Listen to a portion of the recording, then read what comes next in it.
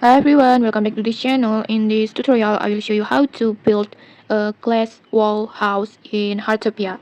Like, if you want to build a glass house designs in Heartopia, this build trick is perfect for you. First, just go to build mode and select half wall, like this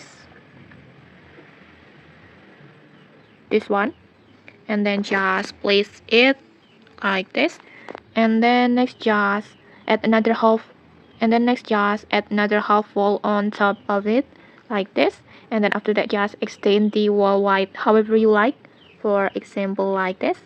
And then next just go to the windows sections, just choose windows, and then just choose plain glass window like this, or maybe like this. Just you can use a square or rectangle windows. It's totally up to your styles. For example, I want to uh, choose a square windows like this, and then next just simply place the glass window onto the wall that you just built.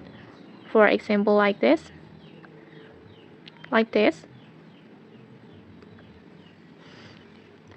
and just like that, your glass wall effect is done.